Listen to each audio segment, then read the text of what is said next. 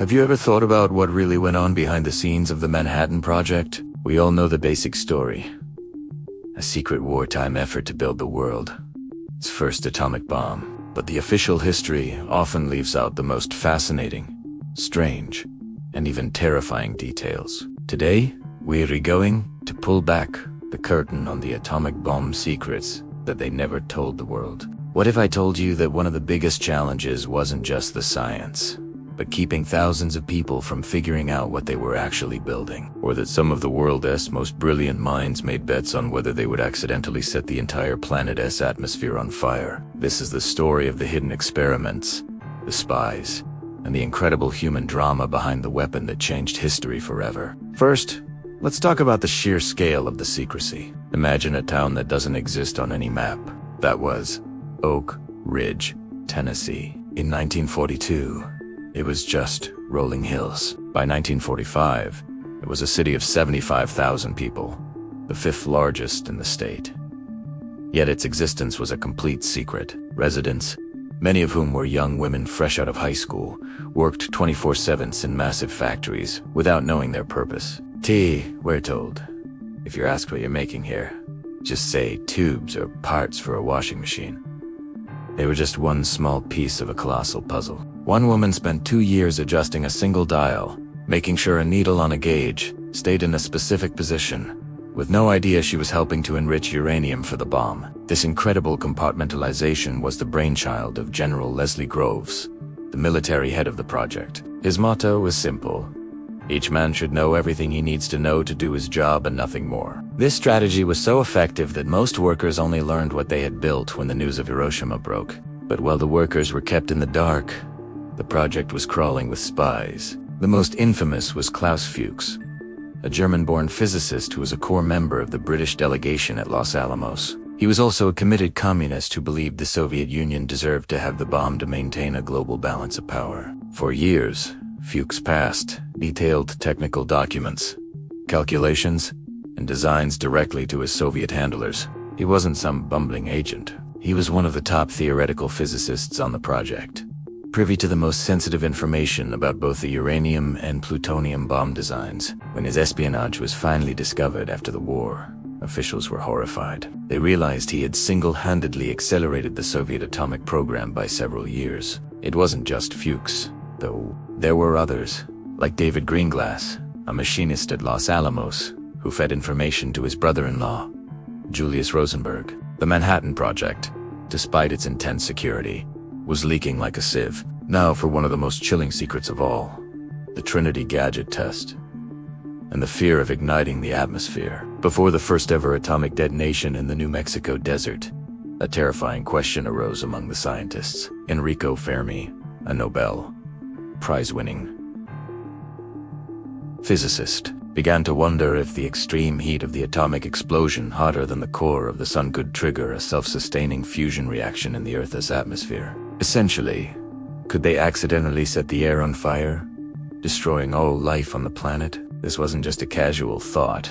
The possibility was taken so seriously that physicist Hans Bethe was assigned to run the calculations. He concluded that it was unlikely.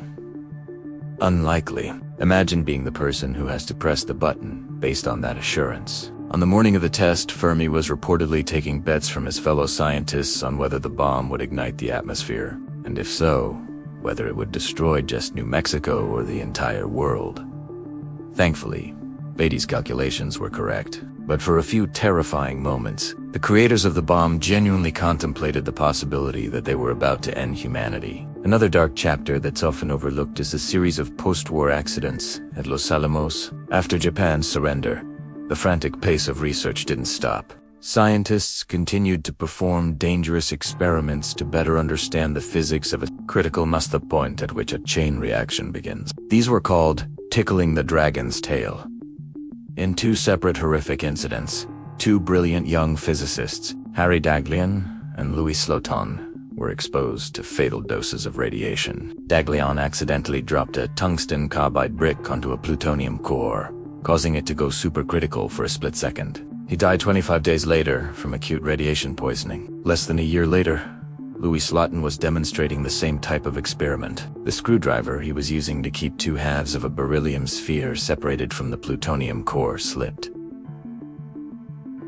There was a blue flash of light and a wave of heat. Slotin instantly knew his fate. He calmly disassembled the apparatus to save the other men in the room and died a grueling 9 days later. These tragedies served as a brutal reminder of the invisible, deadly forces they were dealing with. And what about the plans that were never carried out?